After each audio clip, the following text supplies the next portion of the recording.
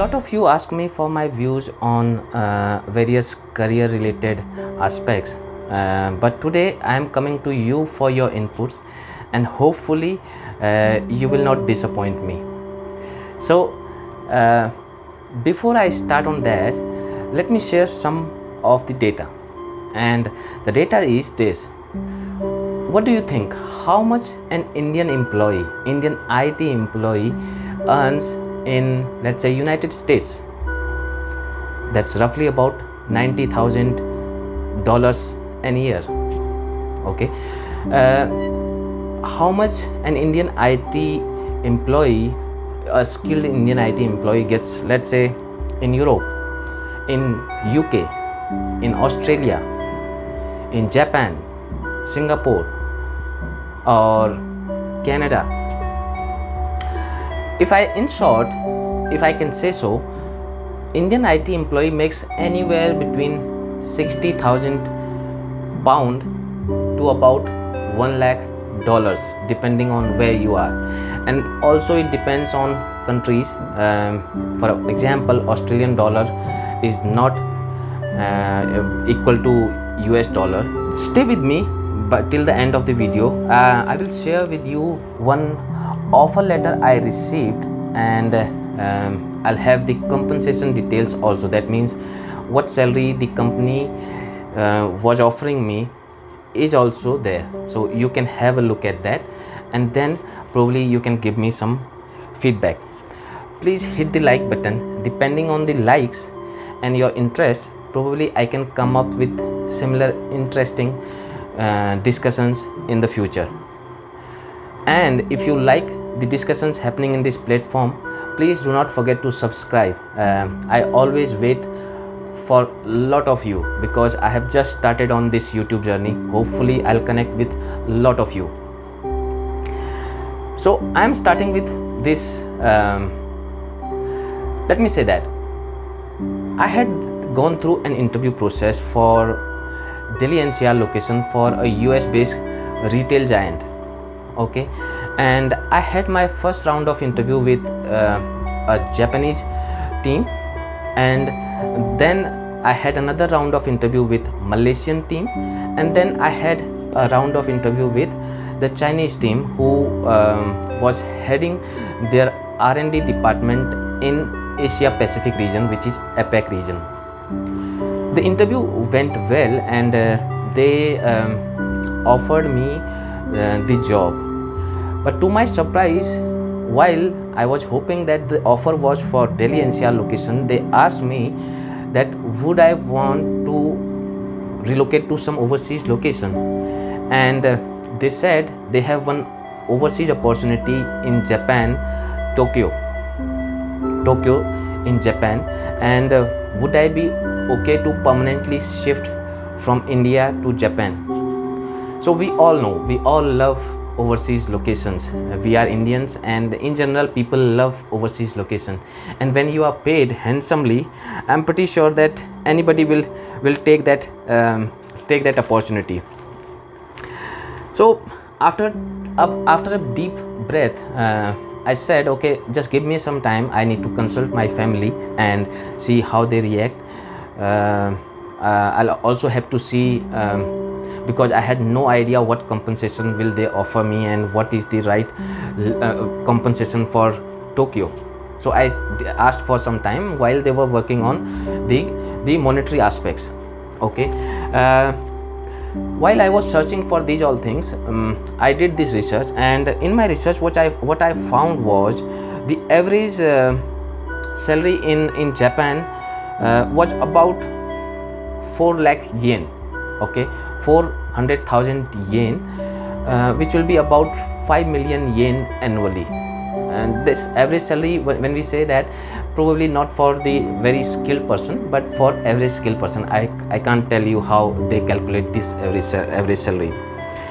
While I was offered much higher than that, wait for my offer letter there. While I was offered much higher salary, but it is still important to calculate the various aspects of living in Japan. So I looked for cost of living calculation on the net, and what I came up with is If you have a family of, let's say, 3 or 4 members, you, your wife, and let's say 1 kid or 2 small kids, what should be your criteria to move to a new city, completely new city, where you want to begin afresh? So in my analysis, what I found was a 2 BHK apartment in the outskirts of Tokyo would somewhere cost me about a lakh or 100,000 yen per month, 75,000 yen to 100,000 per month, or probably little higher. And food for about 3 members would cost me about 150,000 yen per month. Schooling a kid should be about 15,000 to 20,000 yen per month. Again, schooling has a different scenario there, so I'll come back to that in schooling. Then you have utility, internet, gas, water, power. So all these bills will take you to around 10,000 euros. Okay, then you will have transportation cost, which is again 5,000 to 10,000 euros, depending on how much you travel.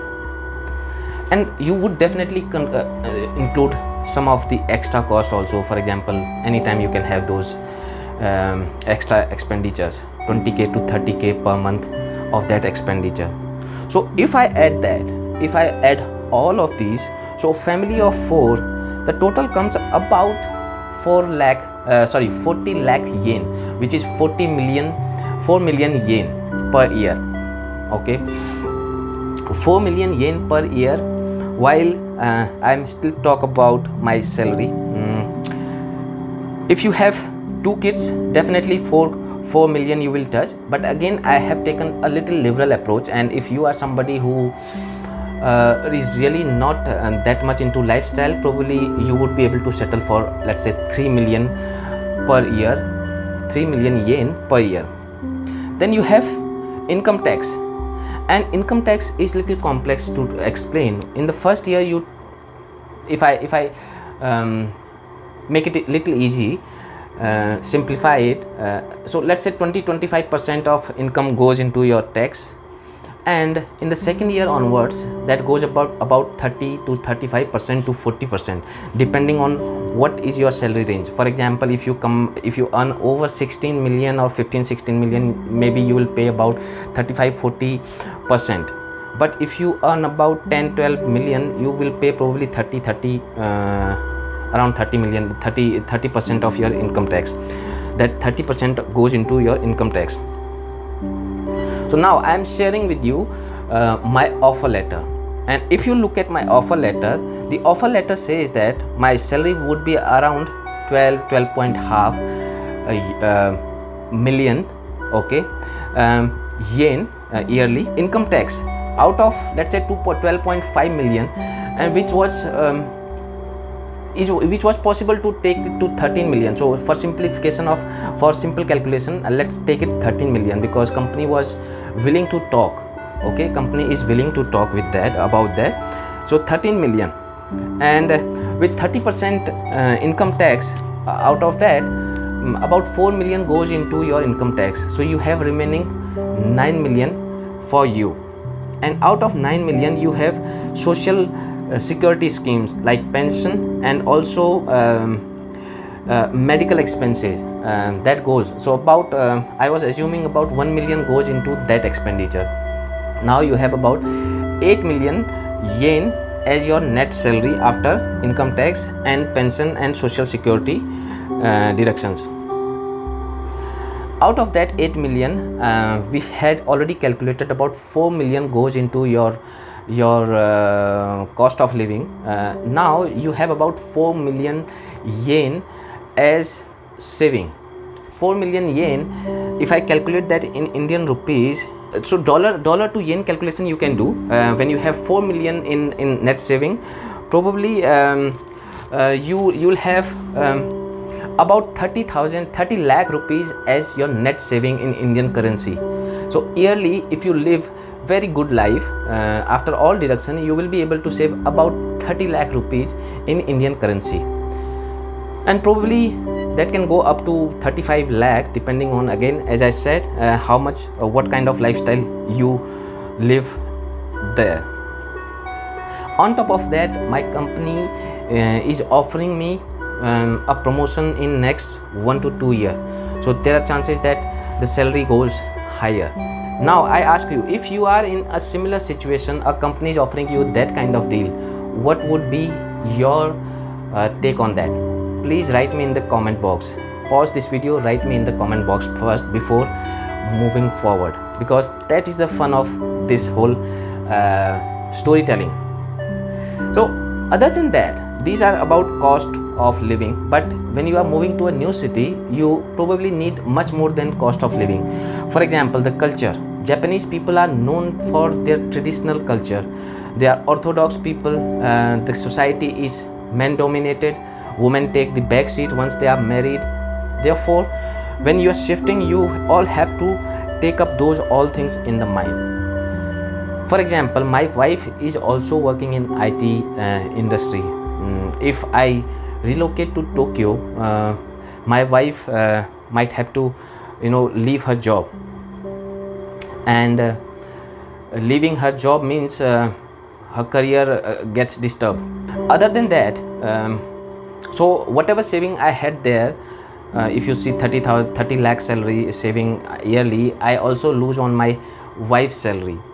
Then there is a language barrier. Japan is famous for its local language. Everybody talks Japanese. The businesses are happening in Japanese, especially if you are not in Tokyo city. Outside Tokyo, you will find it very hard to communicate in English language, and that is one of the factor which I think I should take little seriously. Though there are about 30,000 40,000 Indians living in there, but a lot of them are bachelors, students, part-time job seekers, and people who like adventures. They are there, but not lot of families are there, because Japan is a costly city. On top of that, we have schooling cost. Schooling, as I said, is again a different scenario here, where you have locals Japanese schools which are very let's say very cheap. They're very economical, very good schooling. But if you are coming as an expat, you will have to enroll your kid into, let's say, an international school. An international school charge you quite a lot. 20,000 yen per month is huge money. If you have 2 kids, you should account for that as well. So keeping these all things in mind, what do you think I should do? And please write me in the comment box. As I said, my salary I have explained you, the constraints which I have found so far I have explained you. What I have also explained you, probably I will be able to save quite a lot. What should be my next step? Please write me in the comment box, and what decision I take, I will probably share in my next video for you. So stay tuned, wait for my next video, and I look for your comments, and do subscribe if you have not yet. So stay connected, stay safe, and take care.